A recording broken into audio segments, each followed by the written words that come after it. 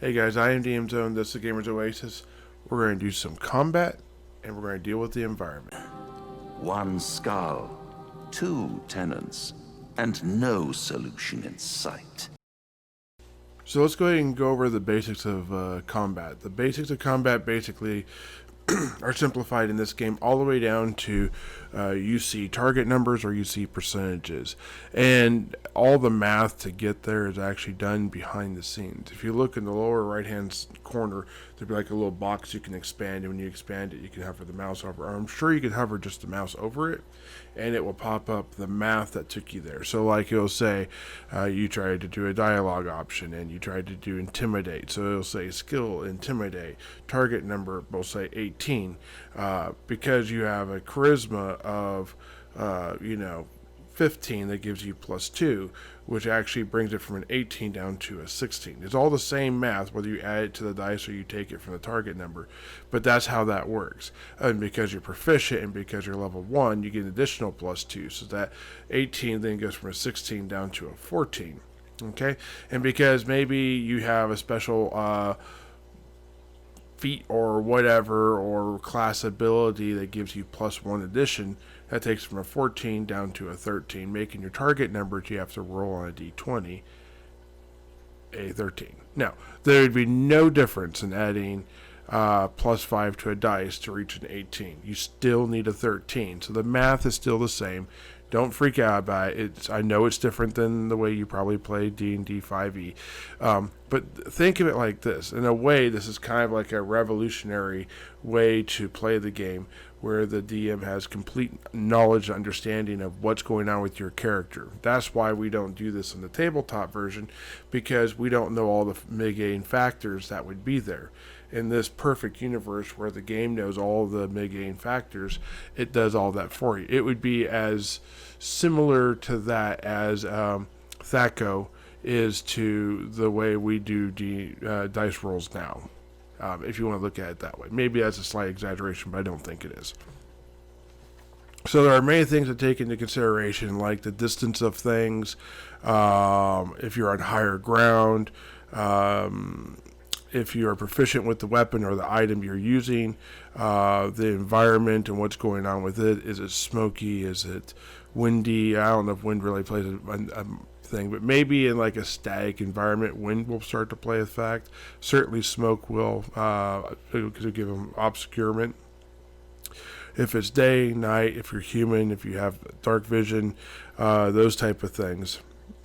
If they're behind cover or concealment, that also will be there. But all this again is handled behind the screens, and you don't actually, or behind the scenes, and you don't even really see it. In 5e though, my suggestion is to have some sort of ability or action you can do in every phase. And the phases I'm talking about aren't like initiative phase and that type of stuff, though if you can do something in the initiative phase, that's pretty cool. But I'm talking about things like, do you have a bonus action you can do every round that makes it better for you to be there? Do you have a reaction that is able to go off even if someone doesn't walk past you in direct melee? I don't know if they're going to have this, but Sentinel in the pen and paper version of 5e has the ability that if an enemy approaches you, or I think someone adjacent to you, but you're still there, you can do an attack of opportunity on them to defend that person. There's also things like having bonus actions, dash, to be able to have extra movement. Would it be useful to use a potion at this point in time, or would it be better to save it? There's a lot of things you're going to have to take into consideration with that. Sometimes it means you straight up have extra attacks because you have more than one attack, or use an offhand or something of that nature. Same thing comes to reactions. Reactions is just like bonus actions, but reactions are events that happen outside of your control. The way I've been told this happens is, instead of them having to engage you every time a reaction is possible anywhere in the game, you set reactions that you plan to want to take in the next round of combat or whatever, or until you change it again. so that most people have a defaulted set to attack of opportunity. However, it might be that maybe you have some sort of ability to cast spells. So do you cast a cantrip instead of melee? That will be like some of the reaction types. And I don't know how far they're going to go into this and what's there. They just basically said that you will have the option to set the type of reaction you want, and that there's going to be more than one type of reaction available in the game. My suggestion is don't get so focused into something that you don't have the ability to take part in combat outside of that thing. So if you're so focused in melee that you refuse to pick up a bow and you don't have any magic and you have no ability, if you're sitting here looking at a character who's at like 1 hit point and they are, one space outside of your melee range, you're going to wish you could throw a dagger and just try and kill someone. Don't be so focused. Don't be so focused into range combat that you have no ability to fight in melee except with a ranged, bow. Or don't be so focused in magic that you don't have the ability to get away from melee, or you don't have the ability to, batter something back with your staff, or maybe magic isn't the perfect scenario because the environment would react to the magic. So you don't have the ability to shoot a crossbow, short bow, or throw a dagger or something of that nature, just to be able to do something during that time of that turn of combat, basically. I also suggest being smart. Don't send your melee-only tank into combat with a wizard that's outside of his movement, which means he's going to take several rounds or barrages of ranged or missile fire, or even magic to get there. When you have someone that maybe will be able to stealth most of the way up, get him distracted, get him locked in combat, get him focused on something else, that then your melee can get there, or be able to have some way to put up some sort of obscurement so that the wizard doesn't have free reign to be able to just, hammer down damage. And you can deal with it in a minute type of thing. Whether that's a whole person, whether that's a wall of some nature, or turning a puddle of water into steam to try and give, your ranger or rogue type the ability to stealth, or halfling, I guess technically, because halflings have the ability to stealth no matter what their class is, which is nice. Make sure that you are using that, and then don't send squishies to go tank the main boss. Or if you have a group of like elite warriors, don't send your rogue and wizard to go try and tackle that. Send your cleric at least, preferably more of a mainline fighter that has a little bit more ability to take a hit. But clerics can do this role a little bit because they usually have pretty decent AC and they're not too far behind the fighter in hit points, and they have the ability to heal themselves generally. You're also going to want to figure out early on, my recommendations early on, whether when you're building your character, whether you're going to want to play with a cleric or a mainline healing class of some nature, or do you want to try and go without healing at all? If you're going to try and go without healing, that's certainly an option and a choice. But realize when you do that, you are making the choice that you're going to try and work around being evasive and not directly standing there in combat. So don't go with like a barbarian with low dexterity that stands there and takes a hit if you plan to never group up with a healer. And don't go all evasive and no ability to actually, withstand the fight and then cause problems in other areas of the game, going back to that balance. If you plan to take, one or more healers types when you're going, because that doesn't make sense either. Use the skills and the abilities you have. If you have a bunch of healings you don't need because you're all evasive, but the game is slow, that sounds like it's kind of pointless at that point in time. I also recommend figuring out the balance between the skills you have and the power you have. So like a barbarian has slightly more skills in the pen and paper version of the game than a fighter does. A fighter has less skills than basically anyone, except for basically anyone.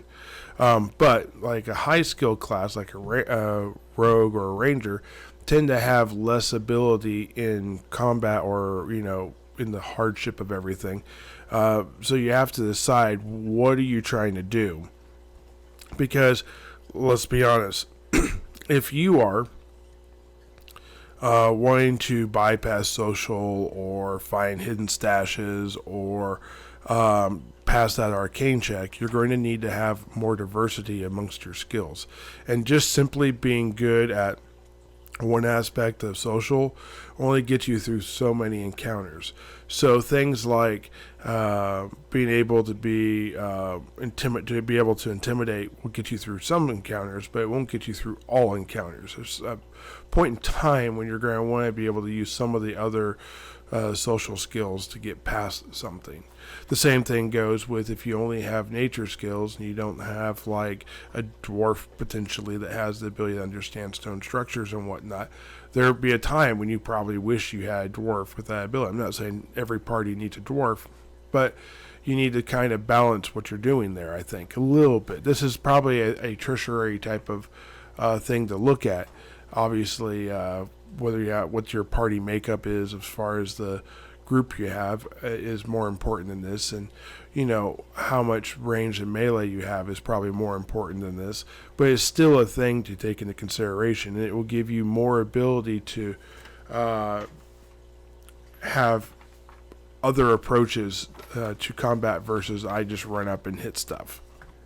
So the game has expanded upon certain things that in the pen and paper game were never really allowed, as far as the strict structure of the rules of the game, but a lot of people really wanted to have in the game. And I think this was a power issue, power balance issue, and I hope that they have found a way to negate that or to nullify it, or better yet, to make it so that strict melee classes like fighters aren't so forgotten, I guess you could say. So like the big thing about prior editions of D&D is that there was no reason to play a fighter for the most part. Playing a fighter was purely a choice that you made because that's what you wanted to do. It wasn't a tactical choice.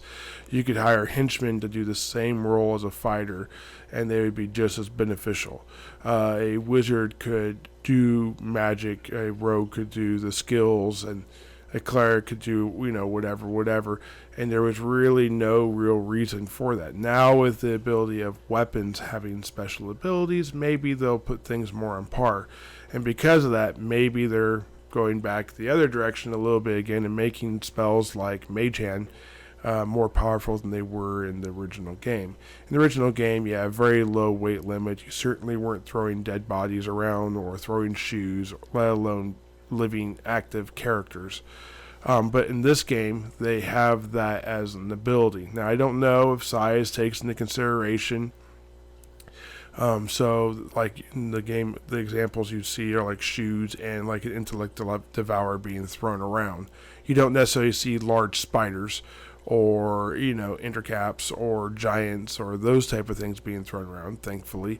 But maybe small objects can be thrown around, and that makes it better. So combat in Baldur's Gate 3 was designed not to be boring. It was because of this, you're going to find that you're going to have more dynamic and more interesting gameplay, I think, than you will even in most people's home pen and paper games. You can choose to do uninspiring combat if you wish, to be fair, and you will be able to have probably a pretty good play, probably be able to do the normal things, and it probably feel like a very standard game that came out several years ago. However, if you choose to engage in some of the tactics and whatnot that the game is designed for you to use, such as spells that react to different type of spells, or environments that react to spells, or the ability to punch holes through walls because you set off a chain of events and that type of stuff, or being able to access back doors so that you can skip part of a dungeon or some boss, or maybe approach the boss from a different direction, giving you more advantageous approach, or to be able to set off a series of events that then attack several creatures before you technically even get to combat. That could be more interesting, I think, than walking up, bang your sword 3 times and then they charge you in melee, and it's just roll dice back and forth into turn, roll dice back and forth in turn.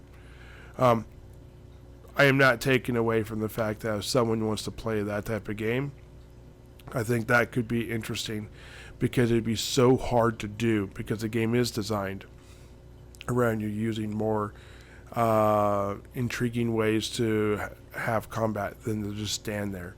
And the way of the sword, I use no magic, I just stand there and go toe to toe, could be a very long, probably, but interesting game, as you have to go through every ounce of hit points. Whereas this other thing, maybe you hurt yourself instead. Maybe you make it more difficult. Just because there's a new way of doing stuff doesn't mean that it's going to be a better. You could actually end up hurting yourself, or lighting yourself on fire, or creating a hazard terrain that you have to go through because of some event you thought was going to be better, but it ended up being worse. Knowing the mechanics of the game can be very important. I talked a little bit about this before already, that if you have like a puddle on the ground and you hit it with a fire spell, it can turn into steam, creating obscurement for like a person stealthing, or maybe negatives at range or something of that nature. But we don't know. Maybe there's more things you can do than that. Maybe you can turn it, instead of a puddle into steam, maybe you can turn it into a puddle into ice. And then that creates slippery, grease-like terrain to have something where across it, where then to go back and make them fall. And maybe if it's a puddle of ice, you hit with a fire spell instead of it going directly to steam, maybe it goes ahead and becomes a puddle of water. And maybe if it's a cloud of steam and you hit it with a frost spell, it goes from being just steam to maybe a fog bank that's harder to move through, because it's literally hindering your movement. Who knows where and when they've cut this off as far as how the world reacts to the environment around you. I will say that you can take a torch and you can light your arrows on fire and then shoot them, and then have flaming arrows, and that can be very beneficial too. And if you shoot things like barrels that are filled with some sort of combustible liquid or powder, then that will create explosions or smoke or whatever the design of that was supposed to be, making it very interesting, I think. Some of the things to also know when you're dealing with the mechanics of the game is there are also spells that react to spells. So like if you cast the spell Grease, it has the ability to knock things down and creates a hazardous terrain where anyone entering or leaving or moving within it has to make a save throw or be knocked prone. Now, if you then hit that with some sort of fire from either a torch or a spell or whatever, everything in that area takes fire damage immediately, and then anytime they try and move through it, they take fire damage. However, the first effect of Grease being there goes away. So they no longer have the ability to fall prone. So if they're already prone, they're still prone. But they now have the ability, or they now are taking damage as they move through it, which can be pretty devastating to, especially at lower levels. One of the other things I heard rumored was that if you have an area with fire on it, you can create water to get rid of the fire, much like a fireman would use a hose to get rid of fire. I don't know if that creates a puddle of water, which then leads you back into other things you can do, but maybe that does happen that way. You are limited basically to what you can imagine. If you try and come up with this crazy plan and you've thought about this and you go do it, I think the game is designed to help you succeed with that crazier plan than just walking up, clanging your shield 3 times, and having something charge you. However, we are always ruled over by bad dice rolls. So if you are unlucky and you have bad dice rolls, a perfectly laid plan can still go bad. Can still have other contingencies that need to be done, and yeah, it can go sideways, shall we say? They say the best laid plans change upon impact. So essentially, you can plan all you want, but as soon as you get punched in the face the first time, or first time a shot goes off, then everything changes because you don't know what's going to happen beyond that point. So some might question whether or not we're using exploits in the game to bypass certain things. And I think that you have to use a little bit of judgment yourself and then have some trust in the game company, because Larian Studios is going to be monitoring how bosses are defeated and whatnot to try and get an idea if what they want is occurring. If no one ever dies to a boss because someone is found to cheat or a hack or an exploit, and they are bypassing the major part of the thing and it's just all reward, that's not what they want. And they have said publicly that they will then go back in and change the environment or whatever, do an update patch and fix that. If a boss is not being found because what they think is a great idea is never fully understood, and no one goes, oh, I need to open that door to go down here, to go down to this part of the Underdark to then find this, Myconid encounter or camp or whatever city. And, if they're never finding that, then maybe they need to change the ways that you can find it to make it easier. But I think it comes down to, if you're cheating and you know you're cheating, don't do it. Be the better. Don't be that person. Okay, just be. Don't force them to make a decision about whether this is a known exploit and people are purposely cheating, and do they need to take some sort of corrective action beyond the fact they need to just fix it. Now, in early access, I don't think you have any fear of that at all, because frankly, they want to know how you're cheating so they can prevent that. And it's early access, so when the game is released in full, everything we're doing here anyway is just going to be wiped clean and started over. There will also be times when a single stealth character or walking the cleric into the tome might be more beneficial than sending in everyone. In single player mode, I think this is really cool. Allows you to get that personalized feel of the game, and really allows your talents to shine. In multiplayer, I can see where this kind of goes back into problems, much like in a pen and paper game when you're all sitting there playing. It's called, I always call it spotlighting. So if a character is like really good at stealth and they want to do a stealth mission, then everyone else is sitting there watching this character attempt the stealth. Now, whether they're good or not, or the dice rolls are cooperating or not, is a whole different thing. It actually makes it worse if a person wants to do this and then you find out they have like +3 in that ability, and you're sitting there with +4 because you happen to have, an 18 dex. It's annoying. It's like, why are we sending you when, 2/3 of the party is as good as you at that, if not everyone? So I don't know what they're going to do, and I don't know. I do know what they're going to do. They're going to allow the player to have this discretion, and if a player wants to sit there while one person in the party goes and stealth this part, then that's going to be completely on their part. Now, will they try and minimize that so that it doesn't happen as much, or make it so that maybe you can stealth 2/3 of it, but you can't quite stealth the entirety of it? I don't know. Are they going to make multiplayer harder than single player so that if you are doing this, you kind of are required to have every member of the party there? I don't know. These are all things that possibly could be fine-tuned in the game later on. So I want to go ahead now and talk a little bit about the different types of knockbacks and whatnot.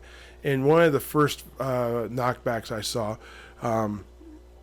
you can see here they've cast Mage Hand, and Mage Hand is then sent to use an Intellect Devour off the stand, and knocks him not only off the raised platform he is on, but knocks him to the ground, which then sends him farther out, which means he took a little more damage and was knocked prone. So he has to go from being prone to standing up to moving to going back up the platform to get there, to have the same benefits he had before. That is an example of superior movement, to move someone through superior means. On the second one here, you can see that the character's doing a spell called Thunder Wave, and they're trying to get more than one person there, but because of where they Misty stepped, they were unable to get more than one character within the Thunder Wave. But Thunder Wave has a 360 degree in the game, but like pen and paper game, but in the actual video game, it looks like it's only like a 90-degree arc.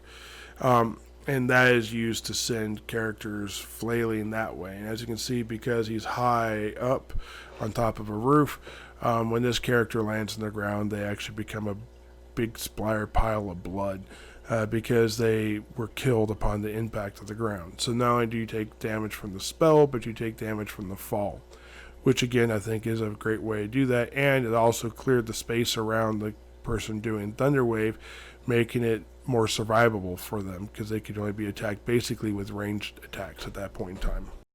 Okay guys, if you made it this far, please make sure you like and subscribe. This has been this is my third video in the series, I guess you could say, and all three of these videos have been a whole lot of work, a whole lot of trying to cut things together and talk about all the relevant things that are going on in the game.